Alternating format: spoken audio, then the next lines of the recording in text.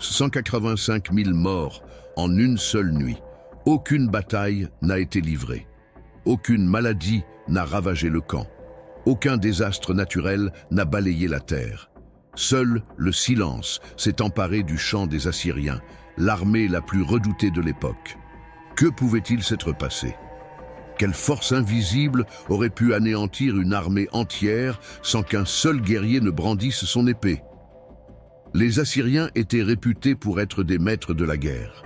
Leur tactique brutale transformait les villes en cendres. Ils ne se contentaient pas de conquérir des terres, ils terrifiaient des nations entières. Les rois qui osaient défier la Syrie étaient réduits au silence et leur peuple asservi. Mais, face aux murailles de Jérusalem, une force supérieure à la propre armée assyrienne était sur le point de se manifester. Pour comprendre ce mystère, il faut remonter le temps. Jérusalem avait jadis été une ville dédiée aux dieux véritables, mais désormais, ses rues étaient remplies de statues païennes et d'autels pour des dieux étrangers. Le roi Achaz, père d'Ézéchias, avait transformé la ville sacrée en un lieu d'idolâtrie. Le majestueux temple de Salomon, qui devait résonner des prières et des louanges, était abandonné. Les prêtres ne guidaient plus le peuple dans la foi, et les citoyens s'étaient complètement éloignés de Dieu. Mais il y avait un jeune homme qui ne se résignait pas à cette réalité. Ézéchias, fils d'Achaz, avait grandi en entendant les histoires des grands héros de la foi. Il savait que Moïse avait libéré les Hébreux d'Égypte parce qu'il avait confiance en Dieu. Il savait que David avait vaincu Goliath parce qu'il ne craignait pas l'ennemi.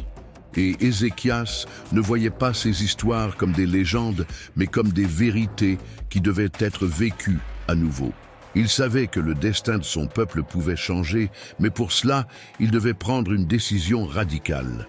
Lorsqu'Achaz mourut, Ézéchias devint roi. Jeune et inexpérimenté, il avait devant lui un défi gigantesque: restaurer la foi du peuple en Dieu. Dès le premier jour de son règne, il fit quelque chose d'inattendu. Il se rendit au temple abandonné, dont les portes étaient verrouillées depuis des années, et ordonna qu'on les ouvre. Ce geste symbolisait la renaissance de l'alliance entre Dieu et son peuple. Le nettoyage du temple commença immédiatement. Des prêtres furent convoqués pour enlever toute impureté. Les idoles furent arrachées, les autels païens furent détruits. Le son des marteaux résonnait à travers Jérusalem, tandis que les faux symboles d'adoration étaient réduits en poussière. Mais Ézéchias ne voulait pas seulement détruire ce qui était mauvais, il voulait reconstruire ce qui était juste. Il rétablit les services religieux, encouragea le peuple à se rapprocher de Dieu et célébra la Pâque, une célébration qui n'avait pas eu lieu depuis des années. Peu à peu, Jérusalem commença à changer. Le peuple se souvint des promesses que Dieu avait faites à ses ancêtres. Ils commencèrent à croire que, s'ils se tournaient vers le Seigneur, il les protégerait. Cependant, tandis que Jérusalem se relevait spirituellement, une grande menace se profilait à l'horizon. Le roi assyrien, Sennachérib, avait déjà conquis plusieurs nations et désormais ses yeux se tournèrent vers Juda. Son armée était incomparable. Aucun royaume qui lui avait résisté n'avait survécu. Les murailles de Jérusalem ne seraient qu'un obstacle de plus à abattre. Les Assyriens ne se contentaient pas de gagner des guerres, ils jouaient aussi avec la peur. Avant même d'encercler une ville, ils envoyaient des messagers pour semer la terreur. Ils disaient aux gens que la résistance était inutile, qu'aucun dieu n'avait jamais été capable de les protéger auparavant et que cela ne serait pas différent maintenant. Beaucoup de rois préféraient se rendre avant même le combat, car ils savaient que lutter contre Sennachérib signifiait la destruction totale. Lorsque les messagers assyriens arrivèrent à Jérusalem, ils tentèrent de semer la panique parmi les habitants. Un officier nommé Rabsaké s'adressa directement au peuple, criant en hébreu afin que tous comprennent son message. Il se moqua d'Ézéchias et de la foi du peuple en Dieu, affirmant qu'aucun autre Dieu n'avait jamais empêché l'avancée de l'armée assyrienne. « Ne vous laissez pas tromper par votre roi, disait-il. Aucun Dieu n'a jamais sauvé une ville du pouvoir de la Syrie. Et le Dieu que vous vénérez ne sera pas différent. » Le peuple écouta ces paroles et fut envahi par la peur. Certains commencèrent à douter. D'autres suggérèrent qu'il serait préférable de se rendre plutôt que d'affronter l'armée la plus puissante du monde. Mais Ézéchias ne se laissa pas déstabiliser. Au lieu de sombrer dans le désespoir, il prit la seule décision qui pourrait garantir la survie de Jérusalem. Il chercha Dieu. Il déchira ses vêtements en signe d'humilité et se rendit au temple pour prier. Il implora le Seigneur pour qu'il le protège, demandant qu'il montre au monde qu'il est le seul Dieu véritable. Mais Ézéchias n'était pas seul. Le prophète Ésaïe, messager de Dieu, apporta une réponse inattendue. « N'aie pas peur, dit Ésaïe. Sennachérib ne vaincra pas cette bataille. Dieu a entendu tes paroles et répondra de telle manière que tous sauront qu'il est le seul Dieu. » C'était une promesse puissante, mais la situation restait critique. L'armée assyrienne campait à l'extérieur des murailles, prête à attaquer. La peur se lisait sur le visage du peuple, mais Ézéchias gardait sa confiance. Puis, dans le silence de la nuit, quelque chose se produisit. L'armée la plus redoutée du monde fut frappée par un événement surnaturel. Qu'était-ce? Une maladie soudaine? Une armée invisible envoyée du ciel? Au petit matin, dès l'aube, le décor était celui d'une pure dévastation.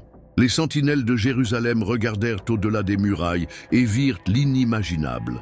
185 000 soldats assyriens étaient morts. Mais aucun signe de bataille n'était visible. Aucune flèche n'avait été tirée. Aucun guerrier n'avait brandi d'épée. Le champ ennemi était plongé dans un silence absolu. La nouvelle se répandit rapidement. Les quelques Assyriens qui avaient survécu s'enfuirent, effrayés. Sennachérib, humilié, retourna à Ninive, où peu de temps après, il fut assassiné par ses propres fils. L'homme qui se targuait d'être invincible trouva une fin inattendue. Ézéchias avait placé sa confiance en Dieu, et Dieu avait répondu. Jérusalem fut sauvée, non par des armées ou des stratégies militaires, mais par le Seigneur lui-même. Cette histoire devint l'un des plus grands témoignages du pouvoir de Dieu dans la Bible, prouvant qu'aucun empire, si puissant soit-il, ne peut résister à la volonté divine. Mais ce n'est pas la seule histoire concernant les anges et les batailles spirituelles dans la Bible. Il existe 7 archanges, chacun ayant une mission spéciale donnée par Dieu lui-même. Saviez-vous que l'un d'eux pourrait être responsable de cette destruction mystérieuse? Voulez-vous en savoir plus sur ces êtres puissants et sur ce qu'ils feront à la fin des temps? Alors, cliquez sur la vidéo qui apparaît à l'écran dès maintenant et découvrez les secrets des archanges. La destruction de l'armée assyrienne n'était pas seulement un événement historique, mais une démonstration du pouvoir absolu de Dieu. Les ennemis de Jérusalem n'ont pas été vaincus par des épées ou des flèches, mais par une force invisible qui a balayé le champ ennemi en une seule nuit. Mais qui ou quoi a provoqué cette destruction? La Bible nous donne des indices, et certains érudits pensent que cela fut l'œuvre d'un ange envoyé directement par Dieu pour protéger son peuple. Ce ne fut pas le seul moment où un ange intervint lors d'événements décisifs. Depuis l'Antiquité, les anges ont été messagers et guerriers, jouant des rôles fondamentaux dans l'histoire de l'humanité. Le même Dieu qui envoya un ange pour protéger Jérusalem avait déjà envoyé des anges pour guider, avertir et même combattre aux côtés de son peuple. Si nous remontons le temps, nous verrons d'autres moments où les anges furent les instruments du pouvoir divin. Lorsque l'Égypte refusa de libérer les Israélites, ce fut un ange qui apporta la dernière plaie sur les premiers-nés. Lorsque Daniel fut jeté dans la fosse aux lions, un ange fut envoyé pour fermer la gueule des bêtes. Lorsque Pierre fut emprisonné, un ange ouvrit les portes de la prison et le libéra. Cela nous amène à une question intrigante. Qui était l'ange qui a détruit l'armée assyrienne? Certains pensent qu'il pourrait s'agir du propre archange Michel, le commandant des armées célestes, connu pour combattre les forces du mal.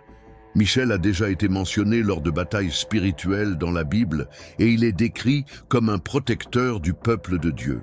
Pourrait-il être le responsable de cette intervention miraculeuse? D'autres érudits suggèrent qu'il pourrait s'agir d'un ange sans nom. envoyé exclusivement pour cette mission précise. Dans la Bible, il existe des récits d'anges qui apparaissent et disparaissent après avoir accompli leurs ordres, sans que leur nom ne soit révélé. Le fait est que cette victoire n'était pas ordinaire. Ce fut un acte surnaturel qui changea le destin de Jérusalem et renforça la foi de son peuple. Après cette grande victoire, Ézéchias devint l'un des rois les plus respectés de Juda. Sa confiance en Dieu non seulement sauva sa ville, mais rétablit également l'alliance entre son peuple et le Seigneur. Il continua de gouverner avec sagesse et justice, guidant sa nation vers une période de renouveau spirituel. Mais l'histoire d'Ézéchias ne s'arrête pas là. Quelque temps après, il dut faire face à un autre défi inattendu, une maladie mortelle. La Bible relate qu'Ézéchias tomba gravement malade et reçut un message du prophète Ésaïe. Ainsi parle le Seigneur. Arrange bien ta maison, car tu vas mourir. Tu ne te rétabliras pas. Imaginez l'impact de ces paroles. Le même roi qui avait vu Dieu agir puissamment pour sauver Jérusalem se trouvait maintenant face à une sentence de mort. Mais Ézéchias n'accepta pas ce destin sans se battre. Il se tourna vers le mur, pleura amèrement et pria le Seigneur, implorant plus de temps à vivre. Et Dieu, dans sa miséricorde, répondit. Avant même qu'Ésaïe ne quitte le palais, il reçut un autre message du Seigneur. « Retourne et dis à Ézéchias, j'ai entendu ta prière et j'ai vu tes larmes. Je t'ajouterai 15 ans de vie. » Ce miracle montra une fois de plus que Dieu était avec Ézéchias. Non seulement il lui accorda plus d'années de vie, mais il promit aussi que Juda continuerait d'être protégé des Assyriens. Comme signe de cette promesse, Dieu accomplit un exploit encore plus incroyable. Il fit reculer l'ombre du soleil de 10 degrés sur l'horloge d'Achaz, un phénomène défiant toutes les lois de la nature. Mais malgré ces démonstrations du pouvoir divin, Ézéchias commit une erreur. Après sa guérison, il reçut dans son palais des messagers venus de Babylone qui s'intéressaient à sa richesse et aux merveilles qui s'étaient produites à Jérusalem. Sans se douter du danger, Ézéchias leur montra tous les trésors de son royaume. Le prophète Ésaïe le mit alors en garde, disant que dans le futur, tout ce qu'il avait montré aux Babyloniens serait emporté dans leur pays. Ce fut un présage de ce qui se produirait des années plus tard, lorsque les Babyloniens envahirent Jérusalem et emmenèrent le peuple juif en exil. Même ainsi, l'histoire d'Ézéchias demeure un puissant témoignage de foi et de confiance en Dieu. Il affronta des défis gigantesques et vit de ses propres yeux le pouvoir du Seigneur en action. Son histoire nous enseigne que, même lorsque tout semble impossible, Dieu a toujours une réponse. Et qu'en pouvons-nous tirer aujourd'hui? Souvent, nous faisons face à des batailles qui semblent impossibles à gagner. L'ennemi peut paraître plus grand, plus fort, mieux préparé. Mais tout comme Dieu a délivré Jérusalem, il peut également intervenir dans nos vies de manière que nous n'imaginons pas. Le secret réside dans la confiance, même lorsque la victoire paraît improbable. Mais l'histoire ne s'arrête pas là. Saviez-vous que les anges, non seulement ont combattu par le passé, mais auront aussi un rôle fondamental dans la fin des temps? Il existe 7 archanges mentionnés dans des textes anciens, chacun avec une mission spéciale. Voulez-vous découvrir qui sont ces puissants guerriers célestes et ce qu'ils feront lors des derniers jours? Cliquez sur la vidéo qui apparaît à l'écran dès maintenant et préparez-vous à découvrir les secrets des archanges.